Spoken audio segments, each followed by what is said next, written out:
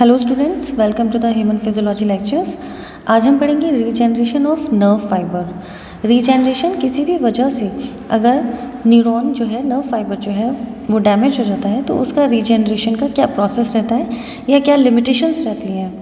So basically ये regeneration जो process है वो पेरिफेरल नर्वस सिस्टम के न्यूरॉन्स पे तो स्पेशली अप्लाई होता है, लेकिन सेंट्रल नर्वस सिस्टम के न्यूरॉन्स में कुछ लिमिटेशंस की वजह से ये अप्लाई नहीं हो पाता, यानी प्रॉपर रीजनरेशन नहीं हो पाता। So the term regeneration refers to the regrowth of lost or destroyed part of a tissue. So injured and degenerated nerve fiber can regenerate. तो पेरिफेरल नर्वस सिस्टम में बेसिकली इंजर्ड और degenerated nerve fibre regenerate हो सकते हैं। सो regeneration जो है start होता है early as 4th day after injury, यानी इंजरी के चौथे दिन ये रीजनरेशन प्रोसेस स्टार्ट हो जाता है। Becomes more effective after 30 days, और तकरीबन 30 दिन के अंतराल पे ये जो प्रोसेस है रीजनरेशन का ये काफ़ी इफेक्टिव या फास्ट हो जाता है, और इसे कंप्लीट होने में तकरीबन 80 दिन लगते हैं। एमसीक्यू क्वेश्चंस में ऐसा पूछ लिया जाता है कि रीजनरेशन प्रोसेस कब स्टार्ट होता है, इफेक्टिव कब होता है, और ऑलमोस्ट कंप्लीट होने में कितना टाइम लेता है। नाउ क्राइटेरिया फॉर रीजनरेशन, क्या क्राइटेरिया है यानी क्या लिमिटेशंस है। अगर ये प्रॉपर लिमिटेशंस नहीं हो या क्राइटेरिया ये अगर फॉलो नहीं हो तो जो नर्व फाइबर है वो रीजनरेट नहीं हो पाएगा। So the gap between the cut ends of the nerve should not exceed 3 millimetre of distance. जो भी दो कट एंड्स हैं उन दोनों के बीच का जो डिस्टेंस है वो 3 मिलीमीटर से ज़्यादा का नहीं होना चाहिए। न्यूरोलेमा शुड बी प्रेजेंट, न्यूरोलेमा की जो शीथ है वो प्रेजेंट होनी चाहिए, ठीक है। Nucleus must be intact, nucleus यानी सेल बॉडी में न्यूक्लियस जो है वो प्रेजेंट होना चाहिए। 2 cut ends should remain in the same line, जो दोनों कट एंड्स हैं वो एक ही सेम लाइन में होने चाहिए। अगर ये आगे पीछे हो जाते हैं तो भी रीजनरेशन पॉसिबल नहीं हो पाता। Regeneration not occur if any one and is move away, कोई भी पार्ट अगर कहीं डिस्प्लेस हो जाता है, मूव अवे हो जाता है तो भी रीजनरेशन प्रोसेस नहीं होता। तो रीजनरेशन की प्रोसेस को हमने यहाँ पे समझाया है। तो इस पहले पिक्चर में अपन देखेंगे कि एक न्यूरॉन है, ये सेल बॉडी है, this is Nissl body, Nissl granules. Site of injury यहाँ है, ठीक है। This is the axon, this is myelin sheath, this is Schwann cell and this is the target muscle, ठीक है। अगर इंजरी की जो साइट है वो यहाँ, तो आफ्टर इंजरी क्या होगा, जो न्यूक्लियस है उसमें स्वेलिंग आ जाएगी। सो उस पहला इंपॉर्टेंट पॉइंट आ जाता है कि न्यूक्लियर स्वेलिंग हो जाती है आफ्टर इंजरी। दूसरा जो उसका सेल बॉडी पार्ट है यानी सोमा, उसमें स्वेलिंग आ जाती है। तीसरा जहाँ से वो कट हुआ है एक्सोन, वहाँ से भी एक्सोनल स्वेलिंग आ जाती है। चौथा माइलिन शीथ जो है वो डिसइंटीग्रेट होना स्टार्ट हो जाती है और कई बार प्रॉपरली जो है वो प्रॉपर अपने वे में जैसे इंटीग्रिटी को मेंटेन करती थी वो नहीं कर पाती है, ठीक है। तीसरी इंपॉर्टेंट चीज़ ये आई, चौथी माइलिन शीथ जो है वो डिसइंटीग्रेट सा होना शुरू हो जाती है। पांचवी इंपॉर्टेंट चीज़ आती है कि जिस मसल फाइबर्स को वो सप्लाई कर रही थी वहाँ से रिट्रैक्शन हो जाता है एक्सोनल टर्मिनल्स का। तो अब इसके बाद अबव मेंशन सारी हम अगर क्राइटेरिया को फॉलो कर पा रहे हैं या न्यूरॉनों से फॉलो कर पा रहा है, यानी दोनों का जो गैप है वो 3 मिलीमीटर से ज़्यादा का नहीं है, दोनों की जो लाइनिंग है वो सेम है, तो इस कंडीशन में क्या होता है, चूँकि ऑलरेडी जो है वो क्रोमेटोलाइसिस हो चुका है, निस्सल ग्रैन्यूल्स जो है वो डिसइंटीग्रेट हो चुके हैं, फाइन डस्ट में स्वेलिंग हो चुकी है सोमा की, न्यूक्लियस की। अब क्या होता है कि इसमें जो है स्यूडोपोडिया लाइक स्ट्रक्चर्स जो हैं एक्सोन पे बनना स्टार्ट हो जाते हैं, ठीक है। तो pseudopodia like extensions grow from the proximal cut end of the nerve fibre. तो ये प्रॉक्सिमल पार्ट है, this one is distal part. तो प्रॉक्सिमल पार्ट पे बनना स्टार्ट हो जाते हैं extensions and they are known as the fibrils और रीजेनरेटिव स्प्राउट्स। इन्हें क्या बोलते हैं, regenerative sprouts. These are the regenerative sprouts,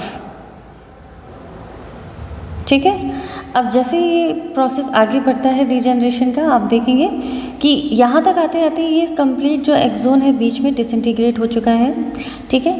अब फाइनली क्या होगा, यहाँ के जो फाइबर्स के एक्सटेंशंस बने हैं ये आगे एक्सोनल कोन बनाएंगे, ग्रोथ बनाएंगे। कैसे कि fibrils move towards the distal cut end of the nerve fibre. अब ये फाइब्रिल्स जो है, जो डिस्टल पार्ट है, कट एंड है, वहाँ तक आगे तक जाना स्टार्ट करते हैं। Some fibrils enter the neurolemmal tube of the distal cut end form axis cylinder, और ये अंदर जाके जो सिलेंडर एक्सिस है, सिलेंड्रिकल एक्सिस, उसको बनाने का काम करते हैं न्यूरोलेमल ट्यूब के अंदर। फिर क्या होता है, फाइनली ग्रोथ कोन जो है वो इसको आगे बढ़ाता चला जाता है, बनता चला जाता है। श्वान सेल्स की इसमें बहुत इंपॉर्टेंट रोल।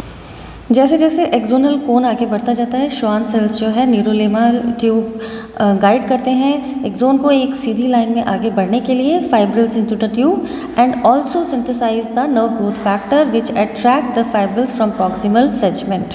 ठीक है, तो लास्ट स्टेज में हमने देखा कि वापस से क्या अपेयरेंस हुआ, इसके साथ साथ नर्व ग्रोथ फैक्टर्स जो होते हैं वो अपेयर करवाते हैं, ग्रोथ को प्रमोट करते हैं। रीअपेयरेंस ऑफ नेसल ग्रैन्यूल्स हो जाता है, न्यूक्लियस की नॉर्मल पोजीशन और क्या कहते हैं अपेयरेंस हो जाती है। Reappearance of axon and myelin sheath जो है वो दिखाई देता है। इसके अलावा जो एक्सोन टर्मिनल्स हैं वो मसल्स के साथ जॉइंट या साइनेप्स करते हुए दिखाई देते हैं।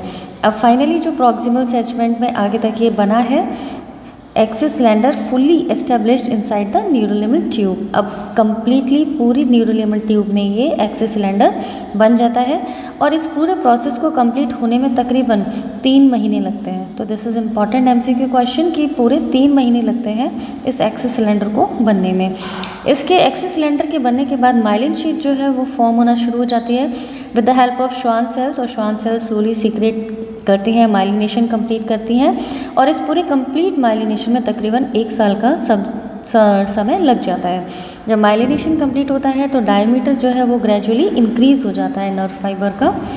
सोमा के बारे में बात करें यानी सेल बॉडी, तो निसल ग्रैन्यूल्स अपेयर हो जाते हैं, followed by the Golgi apparatus and cell loses the excess fluid, जो इसकी वजह से स्वेलिंग आ गई थी उस एक्सेस फ्लूइड को बाहर निकाल दिया जाता है। Nucleus occupies the central position and finally regeneration का जो प्रोसेस है वो कंप्लीट हो जाता है। ये प्रोसेस लंबा समय लेता है, लेकिन पेरिफेरल नर्वस सिस्टम में अगर टर्म्स एंड कंडीशन ये है तो ये अप्लाई हो जाए तो रीजनरेशन जो है वो पॉसिबल हो जाता है। एनाटमिक जो ये रीजनरेशन है दैट इज़ एनाटमिकल, तो ये एनाटमिकल रीजनरेशन तो अकर हो जाता है, लेकिन फंक्शनली रिकवरी में काफ़ी लंबा टाइम भी लग सकता है। तो फंक्शनली रिकवरी मतलब synapse proper action potential develop करके आगे न्यूरो ट्रांसमीटर्स फॉर्म करके रिलीज़ करने का काम करे, साइनेप्स बनाए, इस पूरे प्रोसेस में क्या है टाइम लग जाता है। So this is the physiological process और द फंक्शनल प्रोसेस। तो एक बार इसका ओवरव्यू देखते हैं कि पेरिफेरल नर्व डैमेज अगर ऑफन रिवर्सिबल होता है, एक्सोन जनरेट हो जाता है distal to damage, connective tissue elements जिन्हें हम बोलते हैं डिस्टल स्टम्प ऑफन सर्वाइव, ये अक्सर सर्वाइव करते हैं। तो जो ग्रोथ प्रोमोटिंग फैक्टर्स होते हैं श्वान सेल से सीक्रेट होते हैं वो अट्रैक्ट करते हैं एक्सोन को towards the distal stump. And finally जो एडिसन मॉलिक्यूल्स होते हैं जो कि इम्यूनोग्लोबिन सुपीरियर सुपर फैमिली से होते हैं, example neuroglia Edison molecule NGCAM-L1 इनको बोलते हैं। ये इंपॉर्टेंट क्वेश्चन है, पूछा जाता है। तो ये इम्यूनोग्लोबिन सुपर फैमिली के जो एडिसन मॉलिक्यूल्स हैं ये प्रमोट करते हैं axon growth along the cell membrane and the extracellular matrix, और इसके साथ ही inhibitory molecules in the perineurium ensure that regenerating axons grow in a correct trajectory.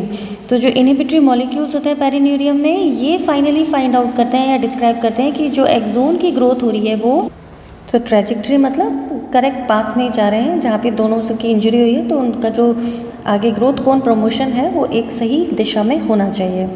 Denervated distal stump are able to up regulate the production of neurotrophins that promote the axonal growth. So overall ये सारे जो views हैं जिसकी वजह से regeneration जो है वो पॉसिबल हो पाता है इस क्राइटेरिया को फॉलो करते हुए। ठीक है, this criteria is very important. इसमें से अगर कोई भी इंपॉर्टेंट पार्ट रह जाता है तो रीजनरेशन पॉसिबल नहीं होता। अब अगर हम CNS की बात करें कि CNS में रीजनरेशन का क्या प्रोसेस है, तो CNS में proximal stump of a damaged axon in CNS will form short sprouts, but अगर प्रॉक्सिमल स्टम्प में डैमेज है एक्सोन में तो स्प्राउट्स, शॉर्ट स्प्राउट्स, जैसे शॉर्ट स्प्राउट्स या हमारे एक्सोनल स्प्राउट्स जो बने थे इस तरीके से जनरेट हो जाते हैं। लेकिन अगर डिस्टल स्टम्प में कहीं पे भी नर्व इंजरी है और डैमेज हुआ है तो रिकवरी जो है not able to form synapse because CNS neurons do not have growth promoting chemicals needed for regeneration. That is important question. CNS के जो न्यूरॉन्स हैं उनमें ग्रोथ प्रोमोटिंग केमिकल्स ही नहीं है रीजनरेशन के लिए, क्योंकि क्वेश्चन पूछ लिया जाता है ऐसे क्या कारण है कि पेरिफेरल नर्वस सिस्टम में रीजनरेशन पॉसिबल है क्राइटेरिया के साथ में, लेकिन सेंट्रल नर्वस सिस्टम में पॉसिबल नहीं है। CNS myelin is a potent inhibitor of axonal growth. तो ऐसा भी एक कारण देखा गया है कि जो CNS में जो माइलिन इमिशन है वो एक पोटेंट इनिबिटर की तरह काम करता है एक्सोन की ग्रोथ में। अब इसके थेराप्टिक्स के बारे में अगर हम बात करें तो इसके लिए सबसे पहले सबसे यूज़फुल रहते हैं एनिसिड्स। इसमें आइब्रूफ्रेन जो है वो दिया जाता है। आइब्रूप्रोफेन का जो मैकेनिज्म ऑफ एक्शन है वो बहुत इंपॉर्टेंट है, क्योंकि ये इनहिबिट करता है RHOA, जैसे बोलता है RHOA। ये एक स्मॉल GTPase प्रोटीन है that normally prevents the repair of neural pathway and axon.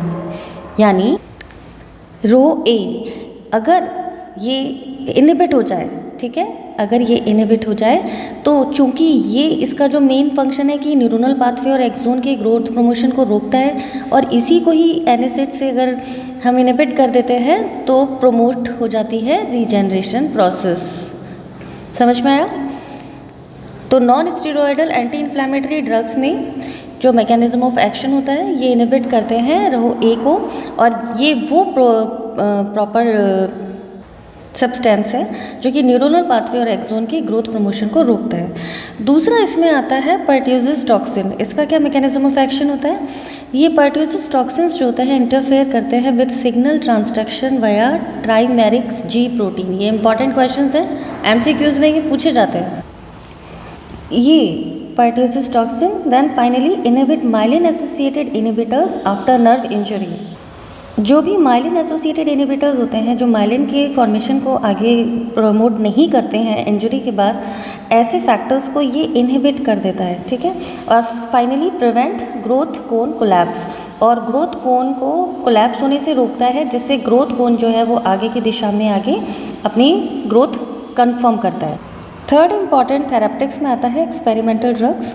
इनका क्या मैकेनिज्म ऑफ एक्शन होता है? ये एक्सपेरिमेंटल ड्रग्स जो होते हैं ये इनहिबिट करते हैं फॉस्फोइनोसिटाइड 3 kinase PI3 pathway, and second is inositol triphosphate receptors. तो इन दोनों को इनहिबिट करके एक्सपेरिमेंटल ड्रग्स जो है वो नर्व इंजरी के बाद जो है प्रमोट होने देती हैं रीजनरेशन को। सो आई होप अगर रीजनरेशन ऑफ अ न्यूरॉन के बारे में आपसे क्वेश्चन पुटअप किया जाए तो आप उससे रिलेटेड सवालों के जवाब दे पाएंगे और इस प्रॉपर क्वेश्चन को अटैम्प्ट करने में आप सक्षम हो पाएंगे। तो अगर आपको चैप्टर समझ में आया है, आपको अच्छा लगा है, तो please like and subscribe my channel. Wish you all the best, good luck to all of you, thank you.